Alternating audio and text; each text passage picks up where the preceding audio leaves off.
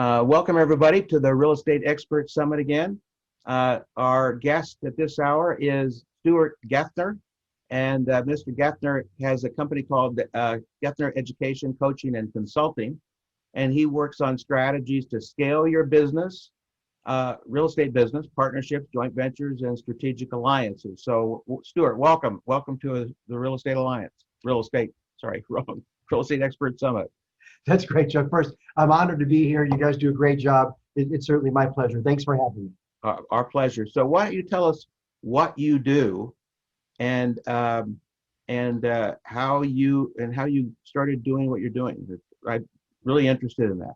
So I'll tell you. It's a cute story on how I got started doing what I'm doing. When I was a kid growing up, I used to watch these infomercials on television. And there were guys like Dave Delgado and Carlton Sheets all talking about how to make money in real estate with no money down. And as a little kid, I thought to myself, that's what I want to be doing, like these guys are, sitting on the beach in Hawaii during the day, surfing, and at night collecting my rent checks. So something I've always wanted to do. Since I couldn't make it in Major League Baseball, and my family was a family of pharmacists. My dad was a pharmacist, my grandpa, my Uncle Max were all pharmacists. I decided to go to pharmacy school. So I became a pharmacist, and I owned my own stores out here. I'm in the Scottsdale, Phoenix area. Had 3 pharmacies. 2 were retail walk-in pharmacies. Did a lot of compounding, veterinary medicine. And one of the pharmacies is what they call a closed-door pharmacy, where there's no walk-in traffic. We just serviced hospice patients, skilled nursing facilities, assisted living facilities. And so that's what I was doing. One day I'm talking to one of my hospice nurses, and she says to me, "Do you know what the #1 regret of my patients are?" And I said, "Yeah, probably spending too much time at the office and not enough time with their family." And she said, "You're wrong." And I was like, "Well, what is it?" She said, "They live their life for someone else." And that got sitting on me. I was thinking, I've always wanted to do this real estate investing ever since I was a little kid, but I kind of got thrown into the traditional way of go to college, get a job, what have you. And the opportunity presented itself for us to sell our pharmacies. And I sold them, and I went into doing real estate investing. And I started by teaching for our local RIA, our Arizona Real Estate Investor Association. And I got knowledge from them. I started teaching for them. And I've been just a full-time real estate investor. And I just love what I do. They say, if you love what you do, you'll never work a day in your life. And I got to be honest with you, I don't work. I love what I do. Yeah, I can get that. Yeah. And so that's how you started. And then how did you get into this whole conversation about partnerships and joint ventures and alliances? How did you get there? So, I was fortunate when we sold our pharmacies. I had a few bucks in my pocket, and I thought I'd be able to self-fund all my deals. So when we sold, I remember I went into work. The new owners wanted us to be on staff one day. They want us to stick around for a few months during what they call transition period. So I would go in, and I brought a newspaper with me, and I started calling on FSBOs. And I started with a list of questions that I made that I thought would have a wonderful conversation with the person on the other end of the line. How old's the property? Why are you selling? All like a script, if you will. And the first thing that I learned is on Monday mornings when you call people, most people are at work. And so I didn't have a lot of people answering the phones. And so as time went on, I found deals. I found opportunities to wholesale. I found opportunities to flip. But most important for me, I found opportunities to buy and hold properties. So to create wealth, I'm a buy and hold kind of guy. So I started with single family residences, and I would self-fund. I would put the 20% down, and I would manage them myself. And at some point in time, I ran out of money. There's only so much money that I could put into the deal, and I just ran out. So I started looking and people saw what I was doing. And everyone, they watched the TV shows back then. It was all these different ones that we have today. And they said, I always want to be in real estate investing. I always want to be in real estate investing. And so some of them approached me that had a few bucks. And I said, well, why don't we partner together? And so as time went on, I brought on people that I partnered with, and some deals went better than others. Some people were better than others. Some situations were better than others. And it dawned on me that I can't be all things to all people. Mhm. I cannot be all things to all people. I have to create my niche and I have to find my ideal properties, whether they're single family residences, whether they're vacation rentals, whether they're multifamily, whatever it is, I have to create my ideal property. And on the same note, I have to create an avatar for my ideal investor. Does my investor want to be a debt partner? Does my investor want to be an equity partner or both? And so I started creating what I thought would be kind of like a roadmap to success of creating partnerships. And I'll finish with this. During my tenure working for the RIAs, was with the Arizona Real Estate Investor Association. I have 12 online classes with the National RIA. I have looked at many different business plans. One of the things that we offered people is if you put together a business plan, a roadmap of where you're going, we'll look at it for free. We'll look at it, and our job is to poke holes in it so that you can, you never get hit by the bus you see coming. So did you think about this? Did you think about that? That would be our job. And I must have looked at hundreds, if not thousands of business plans. And I got to tell you, Chuck, not one of them ever ended. Not one ever ended with, I'm going to get divorced, lose half my stuff, and go into a deep depression. Not one of them ever ended with, my partner's going to drain the bank account in the middle of the night, leave town, and I'm going to be left with nothing. But that happens more than you would suspect. I completely would suspect it. Right? And everyone goes into these relationships with a positive and prosperous outcome. We all have great expectations. But at the end of the day, life happens. And I've learned this about leases. There's only 2 times a tenant would ask for a lease. The first time they want to see the lease is when they sign it. The second time they want to see the lease is when they want to get out of it. And so we want to create partnerships and relationships where we talk about the problems up front. We hope they never happen, but we talk about the what ifs up front. So when the what ifs happen, it's not the first time we're talking about it. Mhm. So that's how I got started, and that's why I created this program. And why don't you give us some examples, of where it went bad, partnership went bad, either yours or somebody else's, because I got plenty of those. Got plenty of those myself. Sure. And what you did about it. So I think where most of the partnerships go bad are expectations. We don't lay the foundation of a good relationship. You'll hear me say that if you want to get married, you want to meet your soulmate, you want to meet the love of your life, there are websites. You've got the Yahoo Personals, you've got eHarmony, you've got Match.com. I even joke you got Farmers Only. But when you want to get together and do a partnership and go into business with someone, what I see most of the time is people will go to a Starbucks or a Denny's or a McDonald's, and they'll sit and have a meal together, and everyone's on their best behavior, and they all get along. And at the end of the conversation, they say, well, you want to do fix and flips? I want to do fix and flips. Let's go in business together. Or you want to learn how to wholesale, and I know how to wholesale. Let's go into business together. That you wouldn't do that if you're going to marry someone and move in with them. And when you do a partnership in a business, you're almost like getting married to them. So certainly the number one that I see is the expectation, the outcomes. So many times people have an expectation that things will happen sooner. And you and I both know that deals take time. Deals take cultivating. But when you watch the television shows today, everything gets done in an hour. You watch those fix and flip shows, about 40 minutes into it, there's a crisis, there's a problem. And then when they come back from the commercial, they solve the problem. And at the 59-minute mark, everyone's holding up a check about they made $40,000 on this deal. And life's just not like that. Life takes turns and life happens. And so making sure that we have expectation, we call it expectation management. What's the time frame involved? What does it look like? What happens when we hit that expectation? And most importantly, what happens if we don't hit that expectation? What do we do? Where are we financially? Where are we with our commitments to each other? So I can think of examples. For example, one of the clients that I have, Henry and Dean, they before they met me, they went into partnerships together and they were doing fix and flips. And one of them had a crisis in the family and had to leave town immediately to go care for a loved one out of state. And that left the other one behind, holding all the work, all the workload, all the financial requirements, all the vendors. And that put a tremendous stress, not only on that project, but on that relationship.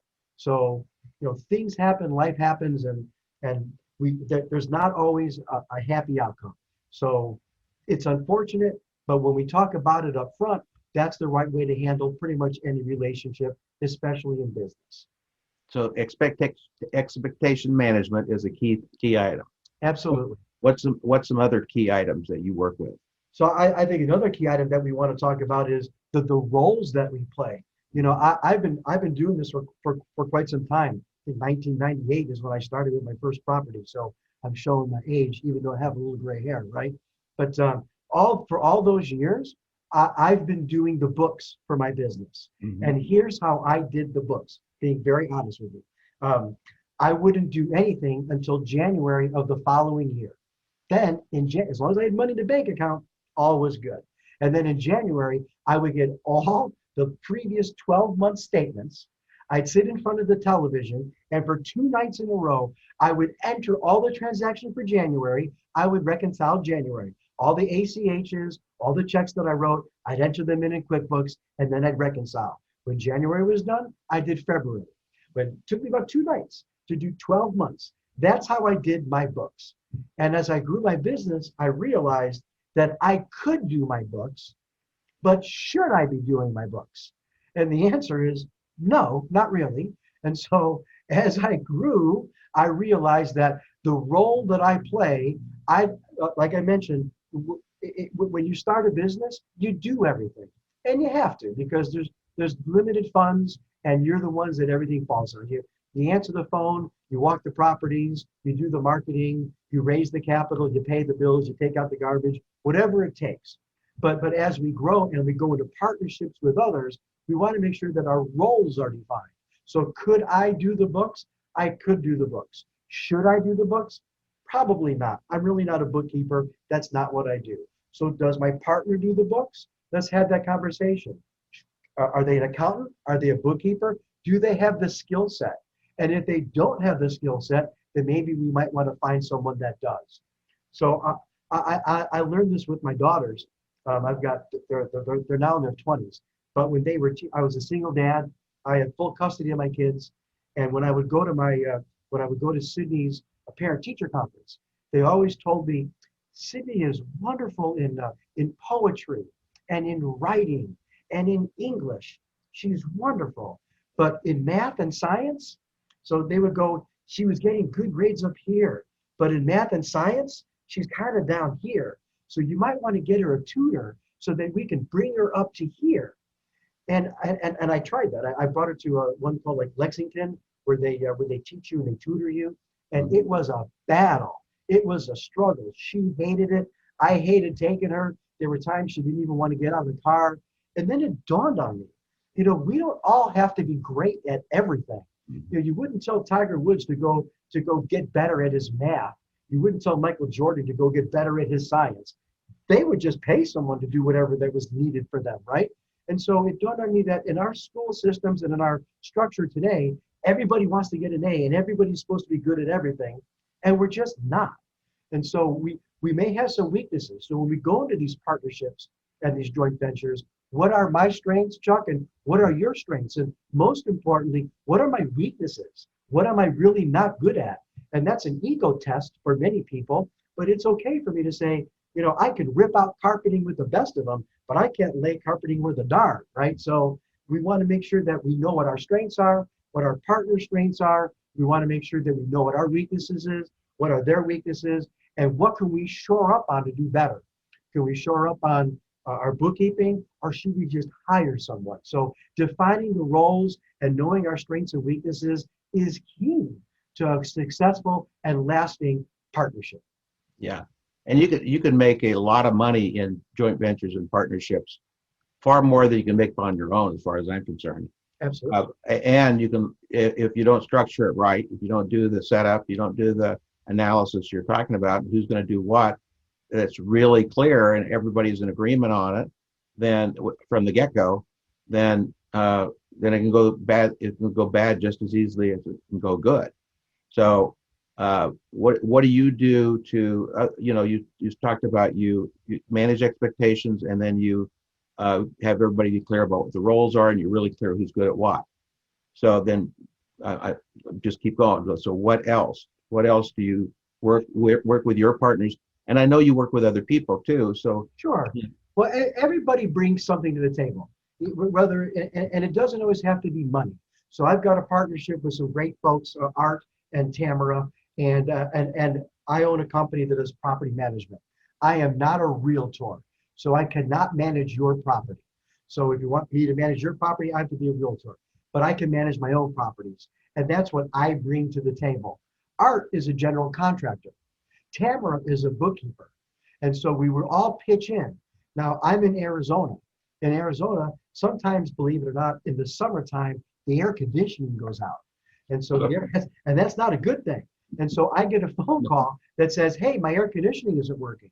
If I go try to find an air conditioning company, I'm probably going to be charged a premium, especially if it's on a Sunday, to go out and take a look at the property. And I'm going to be probably paying retail for that repair.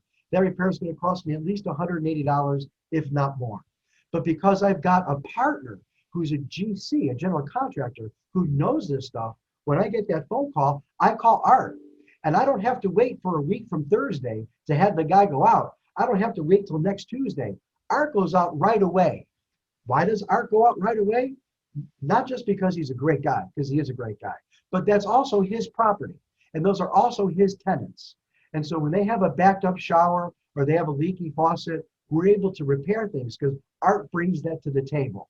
And what does Tamara do? She does the books. She makes sure the rents are collected. If there's any late fees, she makes sure the property taxes are paid. If we have any offsite vendors that need to come in or the water sewer trash, whatever that needs, I rest assured that Tamara has it taken care of. Now, we all have access to the bank account.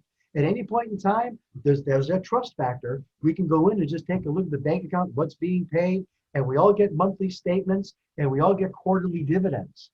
But it's a great partnership because everybody brings something to the table. So there'll be people who attend the summit and they'll say to themselves, well, I don't know what I bring to the table. There's always some skill set that you have that I don't have, that I welcome you to join me because maybe I have that skill set and I just don't like it. So everybody has something they can bring to the table, whether it's helping to find a property, driving for dollars. It doesn't matter what that is. You bring something, you bring your desire, you bring your passion, and with that comes contribution. And as long as we all contribute, then we're going to have a successful relationship and a profitable business. So what I hear you saying is that you structure your joint venture or partnership around what people can do, are skilled at, and are good at, so that you're all working together to bring the best of what you got to offer to the table.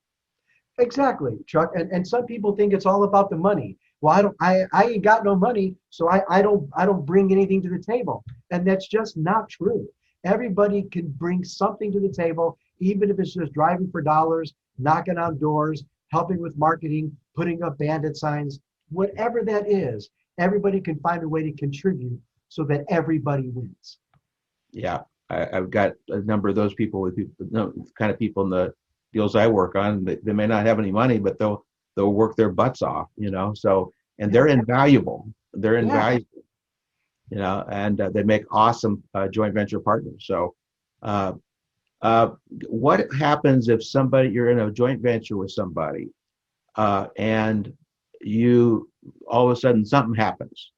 Either something happens to you, or something happens to your bookkeeper, or something happens to the people coming in working with you as investors or as a worker. How do you, if something happens to any one of them, what do you do to deal with that in terms of the joint venture?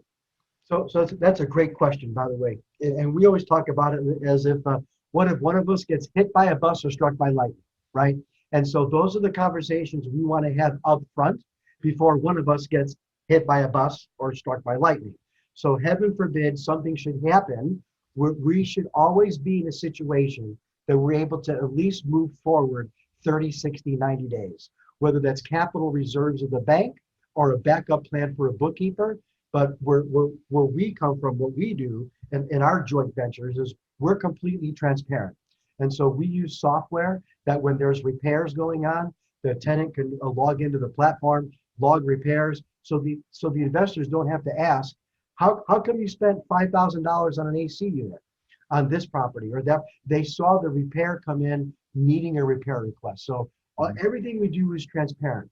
I have one of my friends, Paul Wins, is an attorney, and he does estate planning. And he always says, he has a funny expression. He says, when you die, everyone's going to miss you till Friday, and then they're going to want to know who gets your stuff.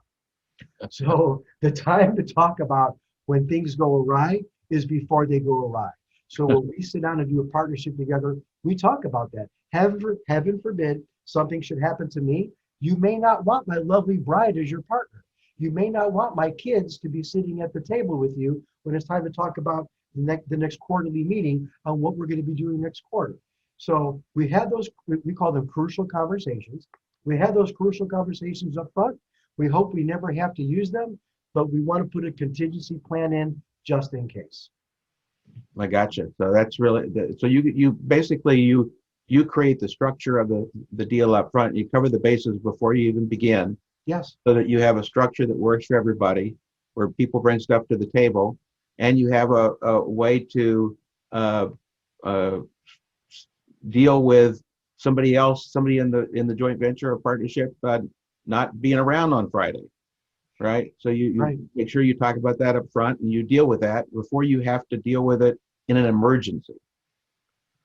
You know, we all read stories of real estate fraud, and it's terrible, right?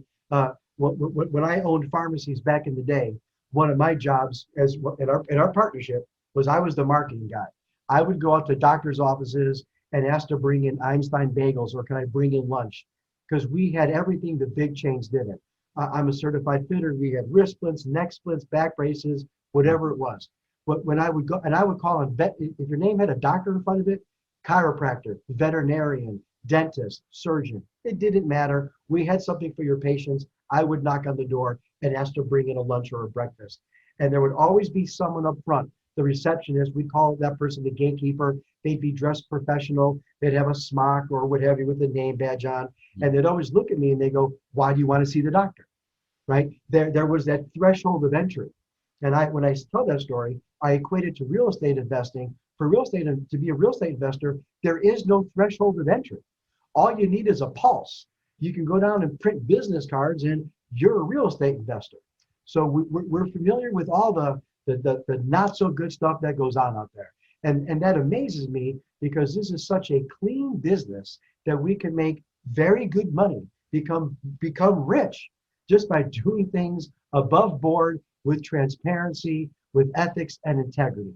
So just like you, the people in your organization, the people in our organization, the community that we create, we want to create a community where there's integrity and where we all win.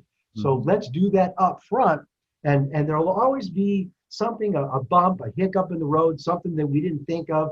That's just life, and that always happens. But if we're operating in good faith and we have that trust and that confidence in each other, then we'll come through it, we'll pull through it on the other side just fine. Now, what's some examples of companies that use this kind of approach to their business, other than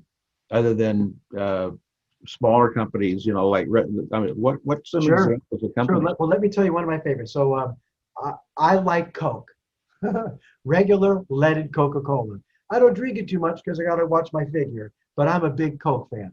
Do you know what company dispenses more than 15% of Coke in the world on a daily basis? And think about that. Not just Coke from your local bottle from the convenience store. When you go to a bar, you can order a Jack and Coke, a rum and Coke.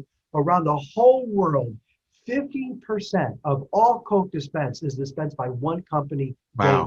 You know who that is? No. McDonald's. Wow.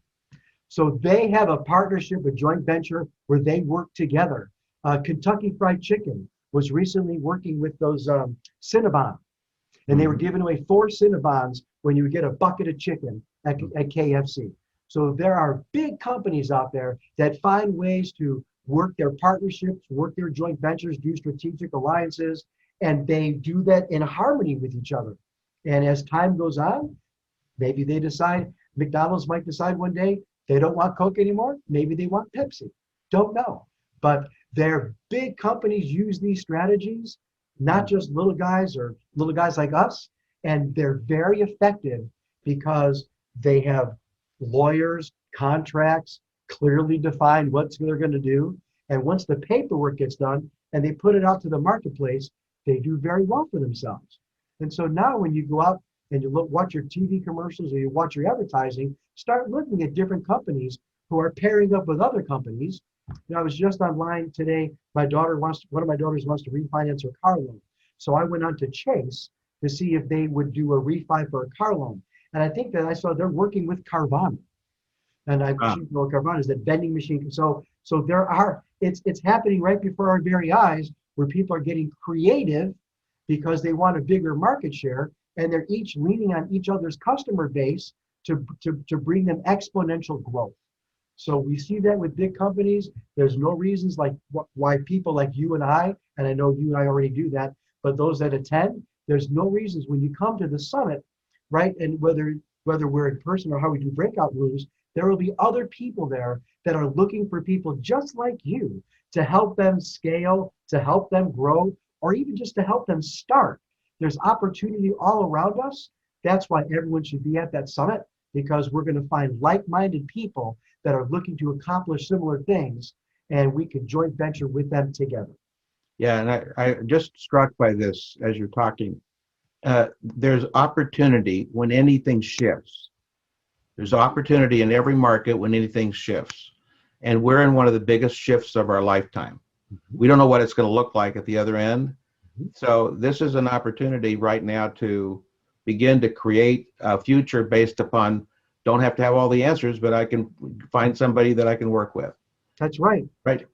That's right. And most of the time for my success, to be very honest, even though I started by myself and I try to self-fund everything, my success comes from working with others, with working like you, Chuck, and other people that they see the same thing a different way. Some people look at the glass as half full, some look at it half empty. It's the same thing. We just look at the same thing. I had a coach once, and she taught me that there are 360 different ways to look at the same thing. And whether what we're going through right now, some people look at it as tragic, and others like us say, well, I don't know what it's going to look like on the other side, but how can I help people? How can I create an opportunity where I can help and benefit me and my family at the same time? And you're right, this is a great opportunity because of uncertainty. A lot of volatility in the marketplace creates uncertainty, and when uncertainty happens, that creates opportunity. And that's why you want to be at the summit. Yeah, and that's why you want to really find people that you can work with. You're so right. If you try to do everything yourself, you'll do nothing. If you could work with people that can balance out your weaknesses with their skills, or they bring something to the table you can't, then everybody wins. It's do you want some percent of a bunch, or do you want no percent of 100 of 100% of nothing. 100% of nothing? Right. So, all right. So how can people find out more about you and get in touch with you and see how you can work with them? Sure. You can feel free to hop on my website. My name is Stuart Gethner, and my website is Contact Stuart. No matter how you spell Stuart, you're probably going to find me. So contactstuart.com, and then I'll put out my phone number, and I'd be honored and happy to help people in the community. It's an easy phone number to remember. It's 480 is the area code, 480-443-4500. 480-443-4500. But like all of you, I answer my own phone. That's probably the most difficult but most successful thing that I do. ContactStuart.com. Let me know how I can be in service. But most importantly, register for the summit, get your tickets, and I'll see you there. All right, awesome. Well, thank you for being with us. And I know you have a free gift for them if they go to your website, which is Ideal Joint Venture Partner Checklist. It's a checklist, right, of things that you want to start looking for in an ideal partner, so you just don't have lunch with someone and decide to get married after breakfast or after lunch. Bad idea. Get the checklist. Make sure that those people on the other side meet your requirements. Yeah. Well, thank you for being here. I know you brought a whole bunch to value to the people here, and I look forward to finding out myself more what you do, and because I know there's opportunities all over the country for people to work together. So thanks for being here. Thanks for having me.